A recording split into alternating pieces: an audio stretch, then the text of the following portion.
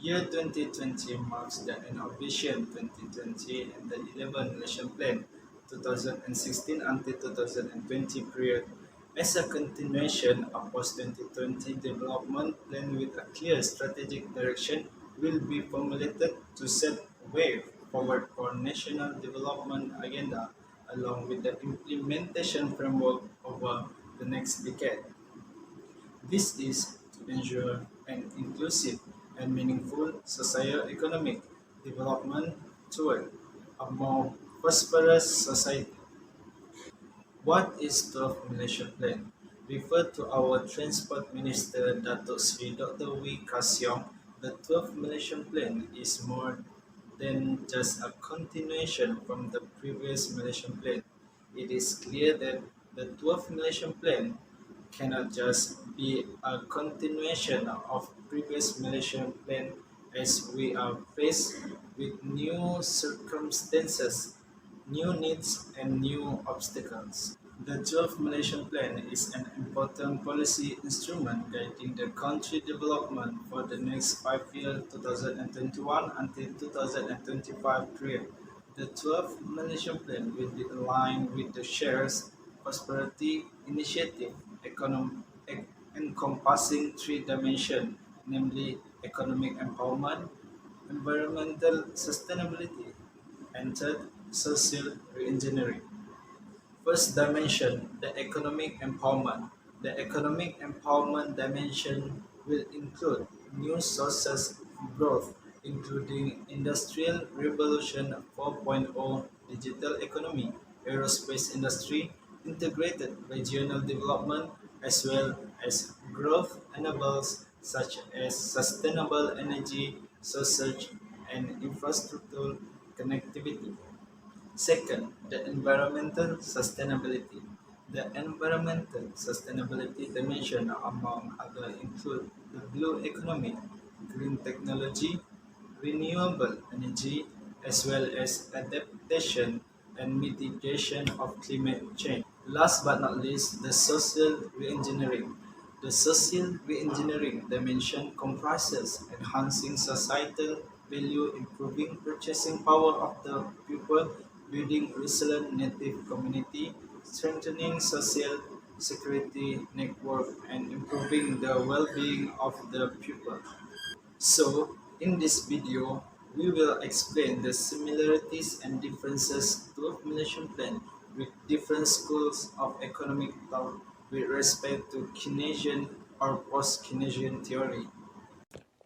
Hi, next we're going to see about what the development theory have to say about the RMK. First, what is economic development? Economic development occurs with the reduction and elimination of poverty, inequality, and unemployment within a growing economy. Then, what is Gini coefficient? This is a statistical measure of income distribution. The Gini coefficient of 0 means perfect equality. So, what's the Malaysia Gini coefficient? At the recent data at 2019, Malaysia recorded the Gini coefficient of gross income at 0.07, while the Gini coefficient of disposable income at 0.398. Now we're going to just focusing on the development aspect. About one third of the 12th Malaysia Plan is the economic empowerment. The economic empowerment dimension will include new sources of growth, including Industrial Revolution 4.0, digital economy, aerospace industry, integrated regional development, as well as growth enablers such as sustainable energy sources and infrastructure connectivity. There are a lot of the development theories, but we are going to focus on the balanced growth. There are two versions of balanced growth. First, a critical minimum effort is required to overcome indivisibilities in the productive process on the both demand and supply side of the market. In example, Big Push. This is by Rosenstein, Roden, and Nurse. Then the second one. is the path of development and the pattern of investment must be balanced between the sector of economy to ensure its smooth functioning. It is by Nurse and Lewis. First version, Big Push, Rosenstein Roden. Rosenstein Roden was initially concerned with the post-war development of Eastern and Southeastern Europe. He argued that the industrialization was the only way to alleviate the 25% unemployment rate due to the excess agricultural workers. However, he believed that such investment would not occur without coordination. Then, the demand side, complementary of industries. The inducement to invest is limited by the size of the market. In a non-surplus producing agricultural economy, there is no initial demand for manufactured goods. While sales laws suggest that once workers are transferred to an individual industry, say shoe production, they will generate their own demand for consuming shoes. Rosenstein Roden noted that they will not spend their entire wages on shoes alone. However, if the shoes are transferred into a range of industries producing the bulk of goods on which workers would spend their wages, and this industry will act as complement to each other and will thus mutually supporting. This requires coordination between industries. Then, the version 2, Balanced Growth by Nurse. Nurse followed up on Rosenstein Roden's thesis. He embraced the big push theory. He argued that coordination could be achieved by private agents, in example, banks. His contribution was to assert the importance of achieving balance between different sectors of the economy. A nurse was concerned with the path of development and the pattern of investment. He argued this should be such a nature that growth is balanced between different sectors such that no bottlenecks or excess capacity arise. Integral to his proposition is the notion that the agricultural and industrial sectors must be balanced. Okay, now I'm going to continue our video about the Malaysia policy, which is we choose 12 measure plan for this video. Okay, so now I'm going to further discuss about how this post-Keynesian major tenet relate or not relate with the 12 measure plan. So let's go. Okay, the first one, post-Keynesian, they believe that the actual distribution of income between wages and profit depends on the class struggle, public policies on and rate of the investment. So as you can see on the news that I put, okay, you can see that our government have done a good job, because since we are in the pandemic, so our country needs to have more investment coming into our country to give more profits, and thus more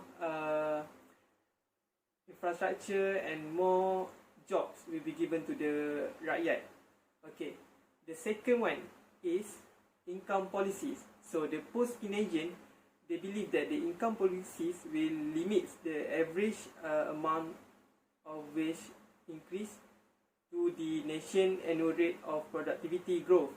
So they believe that when income policies is successful, the policies will reduce the inflation, minimize the redistribution of income from inflation, and this will avoid the loss of output associated with the anti-inflationary fiscal and monetary policies.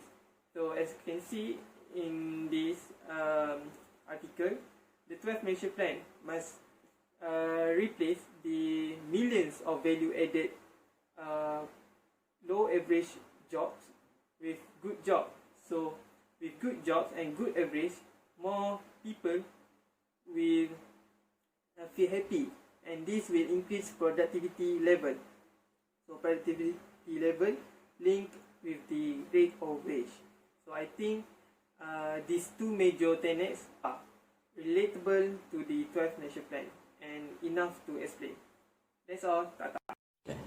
As conclusion, Some statutory body has been identified to have large surplus in their respective reserve fund.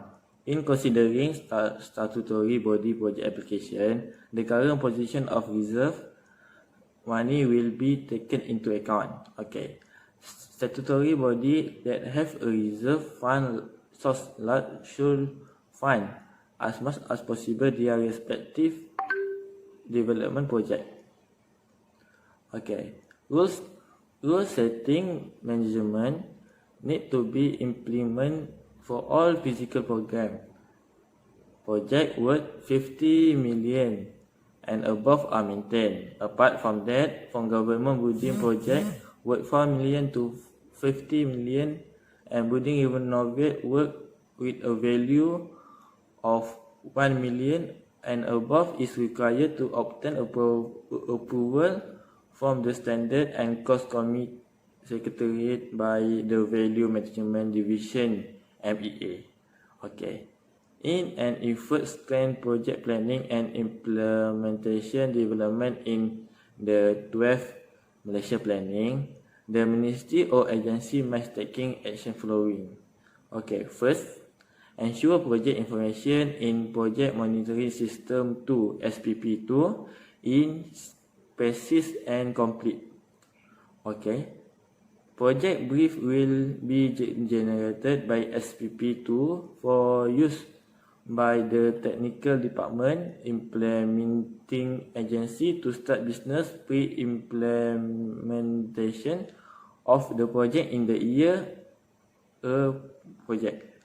Okay, second, verify site, land on land, claim and ready to be entered by contractor to the feedback of land authorities in the statement form K, work project or form 5A, building project in SPP second. Okay. Lastly, minister or agency need to start pre-implementation stage work preparation in procurement documentation as soon as the project list is obtained from MEA. In this grade, project implementation can be accelerated with issue a letter of acceptance (SST) to the contractor at the beginning of the year implementation. Okay, that's all for my group. Thank you.